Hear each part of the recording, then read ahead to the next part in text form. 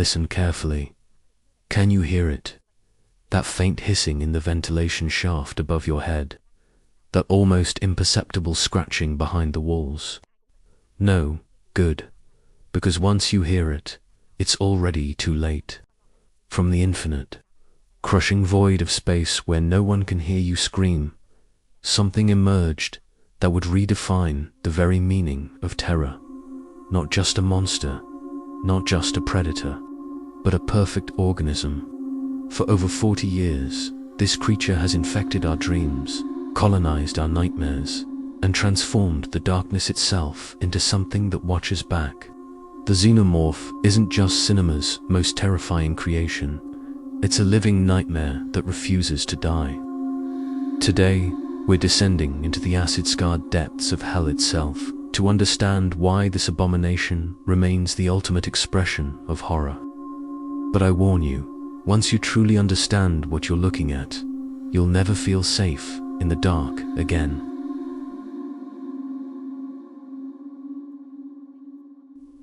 The year was 1979. Director Ridley Scott wanted to create something that had never been seen before. Creature so utterly alien that the human mind would recoil from it instinctively. He found his prophet of horror in H.R. Giger, a Swiss surrealist whose artwork looked like it had been torn from the fevered dreams of a dying god. Giger's biomechanical nightmares blurred the line between flesh and metal, between life and machine, between the organic warmth of a human body and the cold, industrial brutality of pistons and pipes. What he created wasn't just a monster. It was an impossibility made flesh or whatever unholy substance the Xenomorph is made of. Look at it. Really look at it. No eyes. How does it see you? You don't know. You can't know. That elongated, phallic skull smooth, black, glistening with something that might be moisture or might be something far worse. That secondary mouth hidden inside its throat, capable of punching through skull and brain with hydraulic force. That skeletal frame that seems insectoid, reptilian, and humanoid all at once, yet belongs to none of these categories. This is the genius of its design. Your brain cannot categorize it. It doesn't fit into any of the neat boxes evolution has taught you to recognize as predator or prey, danger or safety. It exists in the uncanny valley between all known forms of life, and that ambiguity, that's where true horror lives. You can't reason with it. You can't negotiate. You can't appeal to mercy because it doesn't understand the concept. It has no emotions, no hesitation, no fear. It exists only to survive, to propagate, to consume. And most terrifying of all, you can't look into its eyes to predict its next move. There are no eyes. Only a featureless dome-like skull that somehow still sees you, still knows you're there, still hunts you with mathematical precision. The Xenomorph is what would happen if evolution had a nightmare, and that nightmare became real.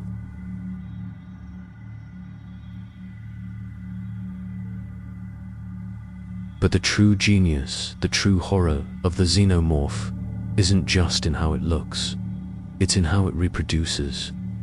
And this, dear viewers, is where we enter the realm of body horror so profound that it borders on cosmic dread. It begins innocently enough. An egg, the ovomorph, leathery, organic, pulsing with barely contained life. It sits in the darkness, patient as death itself, waiting for decades if necessary, waiting for centuries. Time means nothing to it. It will wait until the heat death of the universe if it must, because inside that egg is something that makes all horror movie monsters look like children's toys. Then you approach. Maybe you're curious. Maybe you're stupid. Maybe you have no choice because your team has ordered you to investigate. And the egg knows. Somehow it knows you're there. The top peels back like the petals of some hellish flower, releasing a cloud of mist, and then the face. 8 legs, a tail that can strangle a grown man. and a determination that borders on the supernatural. This thing will chase you, hunt you, leap at your face with the single-minded purpose of a heat-seeking missile. And if it catches you when it catches you, it clamps onto your face with a grip that cannot be broken without killing you. Its tail wraps around your throat, cutting off your air, forcing submission. Then comes the violation. A proboscis tube forces its way down your throat, past your gag reflex, into your very core. And there, in the darkness of your own body, it plants something, an embryo, a seed of pure horror that will grow inside you, feeding on you, using your own biology to nurture itself into maturity. This is rape and pregnancy as horror. Your body has been invaded, violated, and turned into an incubator against your will. The facehugger eventually releases you and dies, its terrible purpose fulfilled. You wake up. The medical scan shows nothing. You feel fine, maybe a sore throat, maybe a lingering sense of wrongness that you can't quite articulate. This is the waiting period, and it might be the worst part of all, because you don't know what's inside you. You don't know when it will emerge. You just know that something is wrong, something is growing, something is feeding, something is getting ready to be born. Days pass. Maybe you convince yourself it was nothing. Maybe you start to relax. Maybe you sit down for a meal with your crew, relieved that the danger has passed. Then you feel it, a flutter in your chest. Indigestion, no, something worse, something moving. Your chest starts to hurt, really hurt. You can't breathe. Your crewmates gather around, concerned but helpless. And then the chest burster. In one of the most shocking, visceral, and utterly traumatic scenes in cinema history, your chest explodes outward in a fountain of blood. The creature inside, small, serpentine, already hissing with life bursts free from your ribcage, using your own bones as a launch pad. Your sternum splinters. Your organs are shredded. Your life ends in the most violent, agonizing way imaginable. And the worst part, you're conscious for most of it. You feel yourself being torn apart from the inside. You see the creature emerge from your own body, covered in your blood. And your last sight in this world is something using your death as its birth. This is birth as death, creation as destruction. The most fundamental, beautiful process in nature bringing new life into the world has been twisted into the ultimate nightmare. The Xenomorph doesn't just kill you, it perverts everything that makes life meaningful.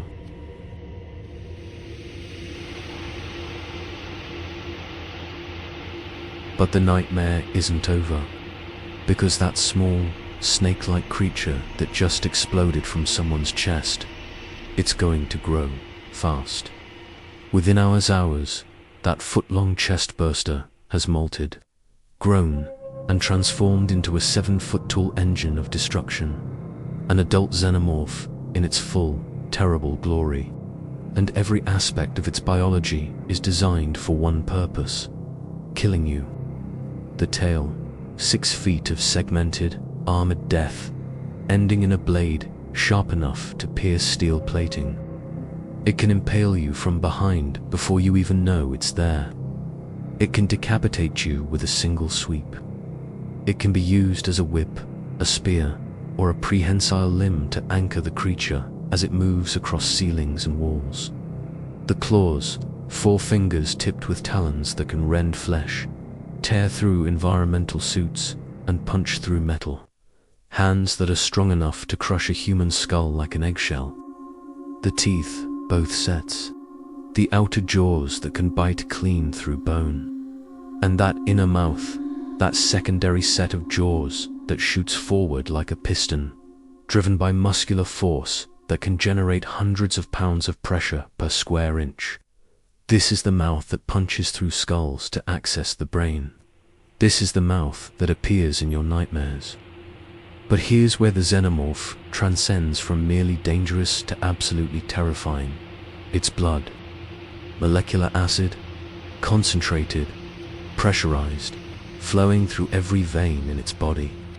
If you shoot it, the acid sprays out, eating through everything it touches. Metal, plastic, flesh. It burns through multiple decks of a spaceship. It creates holes that breach the hull, exposing everyone to the vacuum of space. Do you understand what this means? You cannot attack it safely. Even if you wound it, even if you kill it, the very act of violence against the creature can kill you. It's a defense mechanism that makes the Xenomorph effectively untouchable.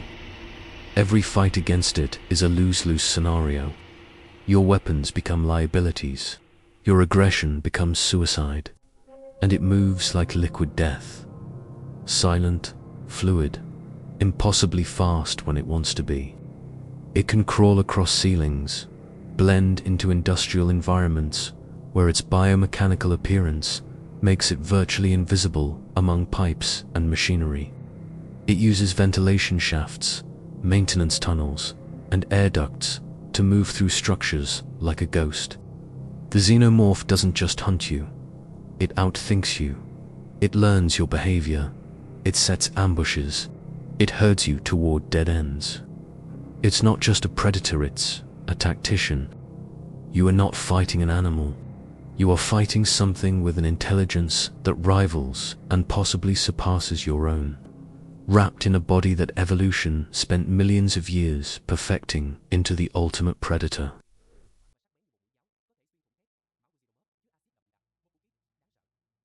If a single Xenomorph is a nightmare, imagine an army of them.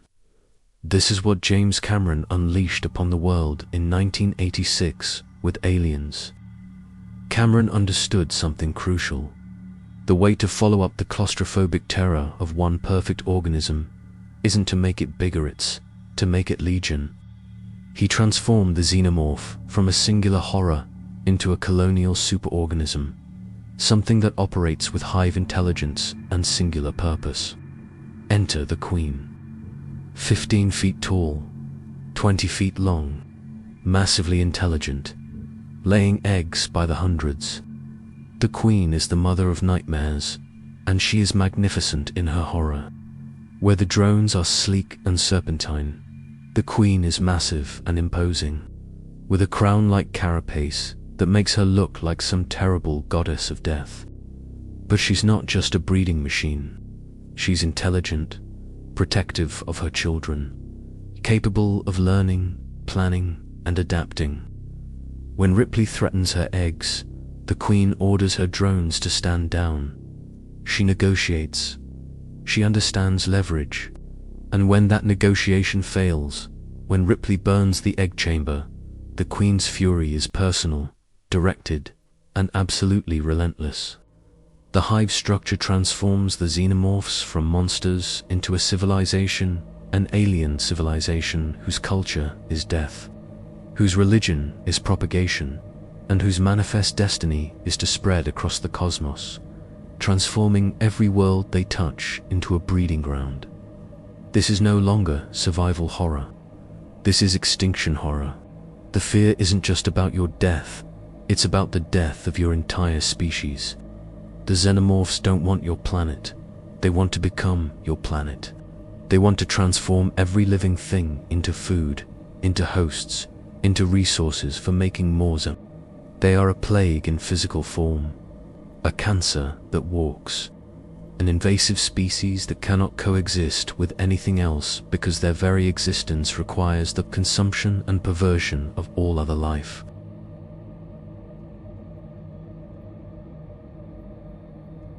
But in the face of this cosmic horror, one woman stood firm. Ellen Ripley, warrant officer, survivor, mother, warrior, icon. Ripley is the beating heart that makes the Alien franchise more than just monster movies. She's not a superhero. She's not a chosen one with special powers. She's just a person who refuses to die. A person who has lost everything, her crew, her daughter, years of her life to cryosleep, but continues fighting because someone has to. Sigourney Weaver's performance gives Ripley layers that most action heroes never achieve. She's terrified but competent, traumatized but functional, haunted by nightmares but still able to act when action is required. She makes mistakes, she doubts herself, but she never, ever gives up. The relationship between Ripley and the Xenomorph becomes operatic in its scope. It's personal. The creature killed her friends, destroyed her life, and became the waking nightmare that follows her across decades and light years. And in return, Ripley becomes the Xenomorph's greatest enemy, the one human who understands them, who has studied them, who knows how to fight them. In Aliens, when Ripley straps into the power loader to fight the Queen, it's not just an action scene. It's a confrontation between two mothers, one protecting a human child, one protecting her inhuman brood. It's humanity's refusal to go quietly into extinction. It's the declaration that no matter how perfect a predator you are, humans are survivors, and we will fight you with everything we have. Ripley represents what the Xenomorph can never understand: love, sacrifice, and the willingness to die so that others might live. These are concepts alien to a creature that knows only hunger and propagation.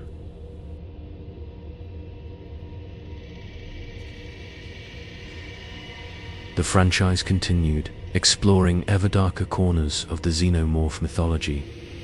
Alien 3 stripped away the weapons, the marines, the firepower, and returned to pure horror. One woman, one alien, no way out. It was bleak, nihilistic, and uncompromising. The Xenomorph here was faster, more aggressive, born from a dog and thus more bestial. It represented the inevitability of death, the futility of resistance. Alien Resurrection went experimental, cloning Ripley and the Xenomorph together, creating unholy hybrids that blur the line between human and monster.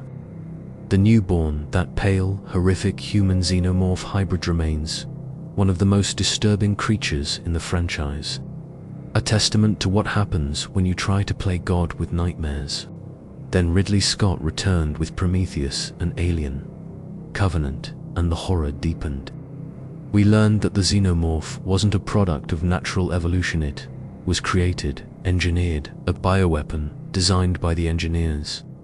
An ancient race of cosmic giants who seeded life across the galaxy and then decided to wipe it out. But even more disturbing, the android David, played with chilling detachment by Michael Fassbender, perfected the design. An artificial being creating the perfect organism, a machine creating the ultimate biological weapon.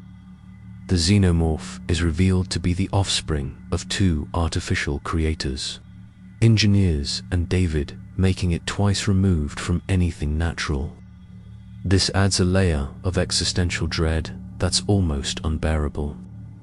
The universe of Alien isn't empty and indifferent, it's actively hostile. Ancient beings create and destroy life as casually as we might breed bacteria. And the Xenomorph is their masterwork, a creature designed to end civilizations, to sterilize worlds, to transform the cosmos into a graveyard.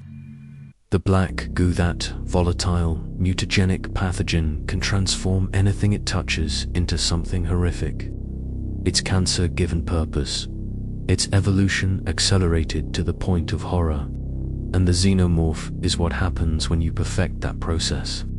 When you create something so hostile to life that it becomes the physical embodiment of death itself.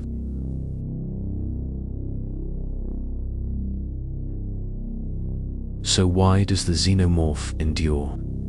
Why, after 40 years, does it still terrify us? Because it speaks to fears hardwired into our primate brains. The fear of the dark, of not knowing what's watching from the shadows. The fear of being hunted off, being prey to something stronger and faster. The fear of violation, of our bodies being invaded and used against us. The fear of parasites, of something growing inside us, feeding on us from within. But it goes deeper. The Xenomorph represents our fear of technology becoming uncontrollable, of our own creations turning against us. It represents our fear of reproduction, of pregnancy, of the body's betrayal. It represents our insignificance in a vast, uncaring universe that contains horrors beyond our comprehension. The design is timeless because it taps into the Jungian shadow, the dark reflection of ourselves that we refuse to acknowledge. The life cycle is brilliant because it perverts the most fundamental human experiences: sex, pregnancy, birth. The stories endure because they ask fundamental questions. What does it mean to be human? What are we willing to sacrifice to survive? How far would you go to protect the ones you love? The Xenomorph is more than a monster. It's a mirror that reflects our deepest anxieties about existence itself. It's death given form. It's the void between stars, learning to walk and hunt and kill. And that's why we keep returning to it. That's why new films keep getting made. That's why the Xenomorph has carved out a permanent acid-scarred space in our collective unconscious.